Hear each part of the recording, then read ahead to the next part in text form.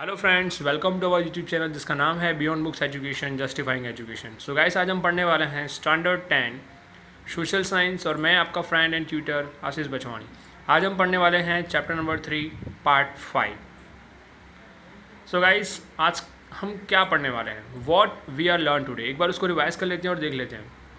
Did you think that in olden time people wear ornaments and how we know about them. क्या आप जानते हो या क्या आपने कभी सोचा है कि पहले के ज़माने में जो लोग थे वो गहने पहनते थे, और अगर पहनते भी थे तो हमें कैसे पता चला कि वो गहने पहनते थे। है ना इंटरेस्टिंग। तो इसके लिए हम पढ़ेंगे आज question number 10, give information about the ancient Harappa civilisation. Guys, ये एक बहुत ही इंपॉर्टेंट टॉपिक है। आपने जो लास्ट लेक्चर में पढ़ा वो था मोहनजोदारो, और आज हम पढ़ने वाले हैं हड़प्पा सिविलाइजेशन। गाइस प्लीज़ दोनों आंसर को मिक्स मत करना। मोहनजोदारो की अपनी आइडेंटिटी और अपनी क्वालिटी है, और हड़प्पा की अपनी आइडेंटिटी एंड अपनी क्वालिटी है। So be careful about that. Did you think that in olden time people paint their walls. क्या आपने कभी सुना है कि पहले के ज़माने में लोग अपने घर की दीवारों को पेंट किया करते थे? क्या तब पेंट हुआ करता था? और were they use a cement for construction. क्या वो कंस्ट्रक्शन के लिए कभी सीमेंट यूज़ करते थे? आई डोंट थिंक सो वो कभी करते होंगे। सो इसके लिए हम आज पढ़ेंगे question number 11, give information about the Dholavira. Next, how people did import and export in olden time. पहले के ज़माने में लोग इम्पोर्ट एक्सपोर्ट कैसे करते थे?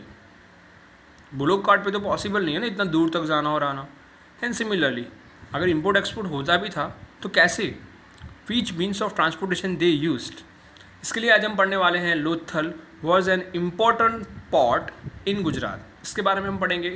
इम्पोर्टेंट पॉट मतलब कि वो लोग पॉट का इस्तेमाल करते थे, वो अवेलेबल है लोथल इन गुजरात। इसके बारे में हम डिटेल में आज पढ़ने वाले हैं। So guys, you should know this. ये हमारा आज का क्वेश्चन है बियॉन्ड बुक्स एजुकेशन का, क्योंकि हमारा पर्पस है हमें आपको सिर्फ और सिर्फ टेक्स्ट बुक का नॉलेज नहीं देना, हम आपको प्रोवाइड करेंगे extra with the text book knowledge. Text book के बाहर इंपॉर्टेंट नॉलेज हम आपको प्रोवाइड करने वाले हैं। So did you know about the floating post office. क्या आप कोई ऐसी फ्लोटिंग पोस्ट ऑफिस के बारे में जानते हो? यस, हम बात कर रहे हैं पानी में तैरती हुई एक पोस्ट ऑफिस के बारे में। अगर नहीं तो आप इस वीडियो को लास्ट तक देखें, और साथ ही साथ आपको ये नहीं भूलना कि आज हम पढ़ने वाले हैं question number 10, 11 and 12। So let's start the study. So question number 10, give information about the ancient Harappa civilisation. The ancient Indus valley civilisation is also known as the Harappa civilisation. तो जो इंडस वैली सिविलाइजेशन थी, जो कनेक्टेड थी मोहनजोदारो से भी और Harappa civilisation से भी, तो उसे हम कहते हैं इंडस वैली सिविलाइजेशन के जो लोग थे उसे हम कहते हैं Harappa civilisation. As the remains of the ancient civilisation were discover in the archaeological excursion. तो ये वो लोग हैं जो पुरानी चीज़ों की तफ्तीश करते हैं और ढूंढते हैं कि यहाँ पे शायद पहले कोई रहता था या नहीं। Carried out in the year 1921 by the Dayaram सानी। ये एग्जाम में बहुत बार आता है कि हड़प्पा सिविलाइजेशन की जो रिमेन्स थे, उसकी जो सारी चीज़ें थी वो किसको मिली थी, किसने उसको ढूंढा था। तो 1921 में दयाराम सानी ने ढूंढा था। किसके सुपरविज़न के अंडर में? तो सर जॉन मार्शल के अंडर विजन में दयाराम सानी ने 1921 में हड़प्पा को ढूंढा था। ओके, तो ये हड़प्पा विलेज कहाँ पर है? तो Harappa village in Montgomery district in Punjab. ये आज भी पंजाब में अवेलेबल है। डोंट फॉरगेट दैट कि जो मोहनजोदारो है और हड़प्पा है, उन दोनों की जो सिविलाइजेशन थी उनमें बहुत सारी सिमिलरिटी पाई गई है। The civilisation belong to the copper stone age. As a copper and the stone article were discover. मतलब कि ये उस एज से बिलोंग करते हैं जिस जमाने में लोग पत्थर और कॉपर मतलब कि इन दो चीज़ों का ज़्यादा इस्तेमाल करते थे, चाहे वो बर्तन के लिए हो या फिर घर बनाने के लिए हो। सो यहाँ पे आप देख सकते हो, एक साइड आपको जो है लेफ्ट हैंड साइड आपको जो दिखाई देगा सिविलाइजेशन, जो पूरा का पूरा मिट्टी का जो है घर बना हुआ है और स्टोन का जो घर बना हुआ है।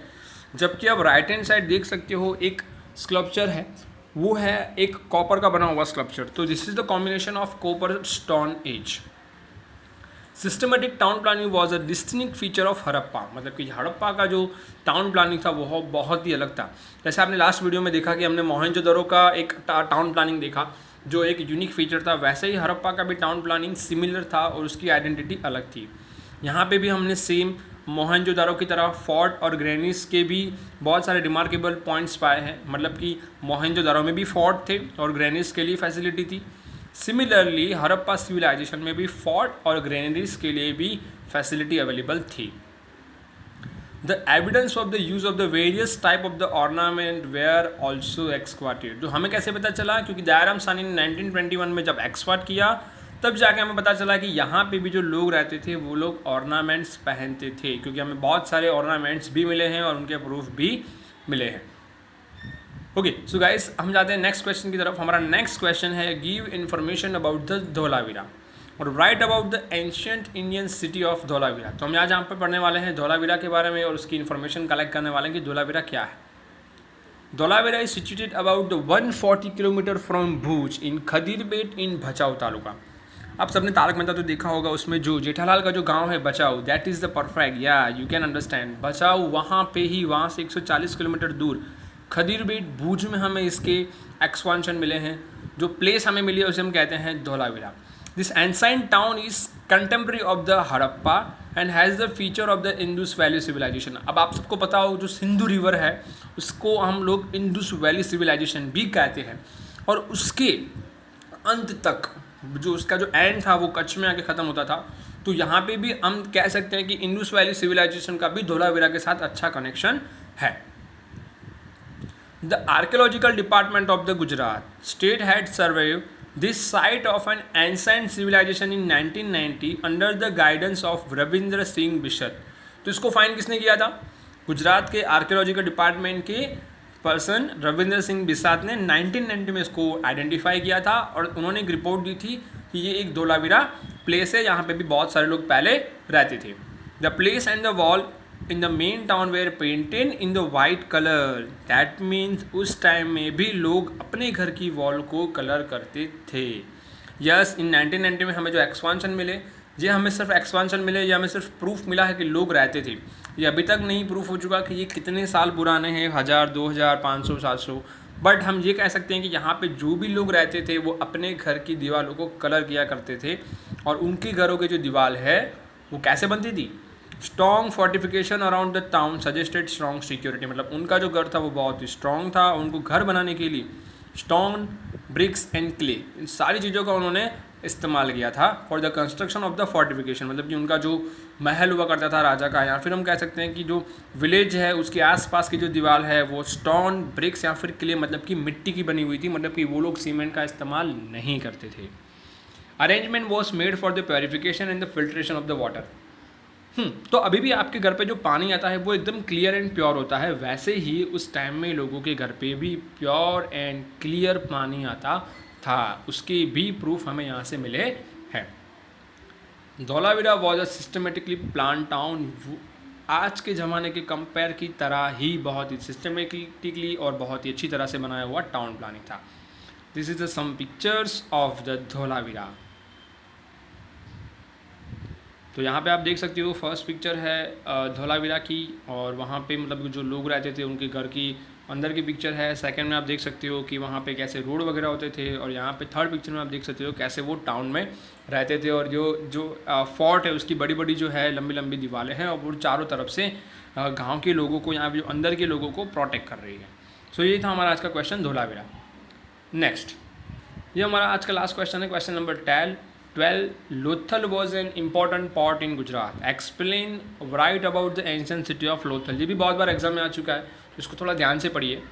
लोथल इम्पॉर्टेंट पोर्ट क्यों था? क्यों लोथल से ही इम्पोर्ट एक्सपोर्ट होता था? क्यों यहाँ पे जो समुंदर है वहाँ से बहुत सारी शिप आती थी और यहीं पे रुकती थी? ऐसा क्या इंपॉर्टेंट है लोथल का? लोथल कहाँ पर है? Lothal is situated on Ahmedabad district between Bhogavo and Dholka taluka in Sabarmati river. तो ये अहमदाबाद के आसपास में है। उस टाइम पे अहमदाबाद बहुत बड़ा होता था, तो ये अहमदाबाद डिस्ट्रिक्ट के आसपास है, इन भोगावो। और ये कह सकते हैं ये एक्चुअली कहाँ पर है? तो ये एक्चुअली है लोथल, उससे 18 किलोमीटर दूर बे ऑफ खंबात में अवेलेबल है, जो अहमदाबाद से एक्चुअली में 80 किलोमीटर दूर है। So Lothal is 18 kilometre away from the bay of Khambhat and 18 kilometre from Ahmedabad. तो ये अहमदाबाद से एक्चुअली 80 किलोमीटर दूर है port. 3 layers of the human habit indicate the that this houses were constructed at a different time. तो यहाँ पे भी हम ये देख सकते हैं कि यहाँ पे जो घर थे वो 3 लेयर में डिवाइड थे, जो हमने मोहनजोदारो में पढ़े थे। ओके, और यहाँ पे जो घर थे अलग अलग थे, मतलब किसी का घर बड़ा था और जो कॉमन पीपल थे उनके घर छोटे थे, और शायद यहाँ पे भी जो रूलर रहता था उसको बड़ी सी घर या फिर बड़ी सी हवेली दी गई थी।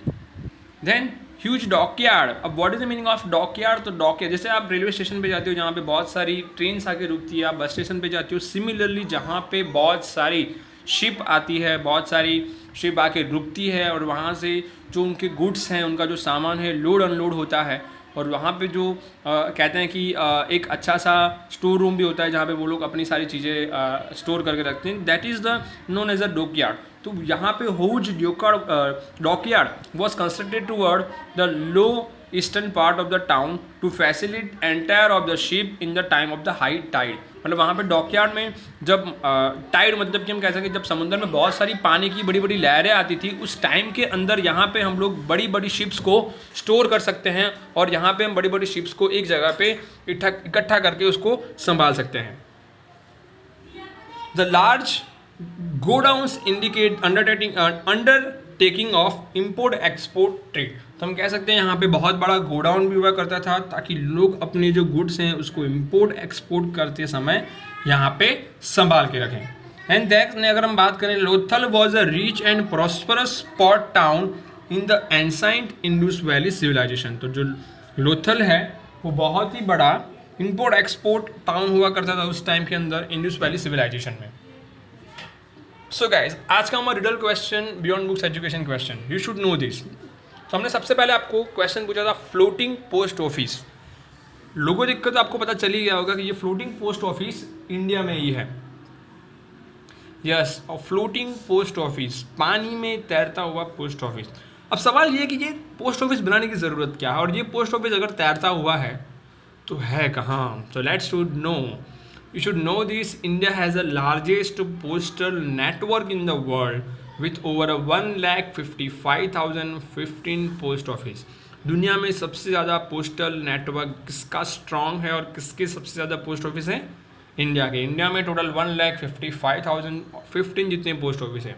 अगर हम बात करें, a single post office on an average serve a population of 7,175। मतलब कि इंडिया में per post office around 7,175 people को सर्विसेज मिलती है ऑन एन एवरेज। ओके, और बात करें इस फ्लोटिंग पोस्ट ऑफिस की, तो ये फ्लोटिंग पोस्ट ऑफिस कहाँ पर है? The floating post office in Dal lake in Srinagar was inaugurated in August 2011। 2011 में दाल लेक श्रीनगर में ये पोस्ट ऑफिस बनाई गई थी ताकि वहाँ के आसपास के लोगों को ये सर्विस इजीली मिल सके। और श्रीनगर में बहुत सारी बर्फ़ गिरती है, तो वहाँ पे नॉर्मली घर बहुत दूर दूर होते हैं, तो वहाँ के लोगों को पोस्ट ऑफिस सर्विस प्रोवाइड करना पॉसिबल नहीं था। इसीलिए गवर्नमेंट ने ये डिसीजन लिया कि 2011 में दाल लेक के अंदर ही एक फ्लोटिंग पोस्ट ऑफिस बनाई गई।